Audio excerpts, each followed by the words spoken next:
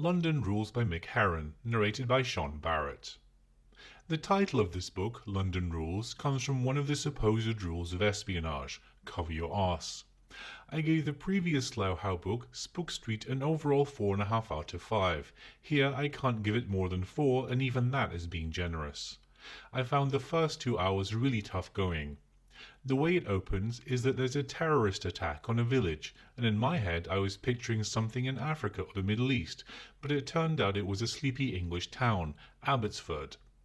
Further incidents follow, including a foiled train bombing and even an attack on penguins in London Zoo, leaving the country shaken and its politicians scrambling.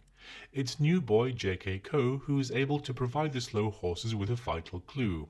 Unfortunately, Slough House is in lockdown thanks to Roddy Ho, who, through his internal monologues, we understand styles himself as the Rodster, a smooth-talking ladies' man.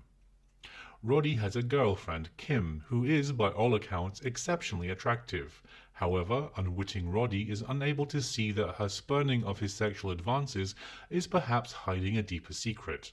That secret being that she wanted access to secret MI5 files, and once she had what she wanted, he was to be dispatched, as was she, although she obviously didn't realize it. I found the first few chapters really tough to get through. I just didn't care for any of the plot strands, although I stuck with it as I knew it would eventually get better. Once you get to Ho in the nightclub, things do finally pick up, so persevere. This story pushes Shirley Dander and J.K. Coe more into the forefront, and we see Shirley struggles with her cocaine addiction. We also see how J.K. Coe so easily resorts to violence, most likely as a result of the events of the standalone novel Nobody Walks. In all of the previous novels, River Cartwright always seemed just a beat behind, but you could understand how he made it so far in his Secret Service training.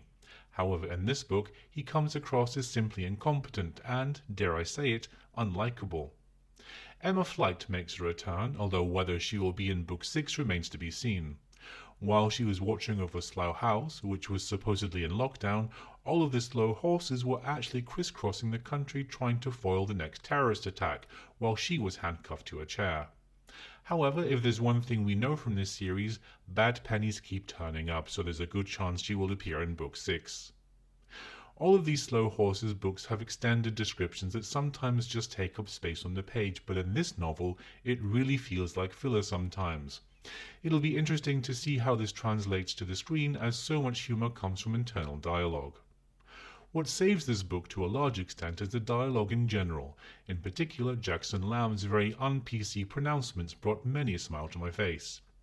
Once you get past the 2-hour mark, this book picks up enormously, and I did enjoy it a lot, but I have to take off 1 star for the opening 2 hours, and perhaps everything felt a little too neatly tied up at the end. All in all, I'd give the book a 4 out of 5 and the narrator a 5 out of 5. How about you? Have you listened to these novels?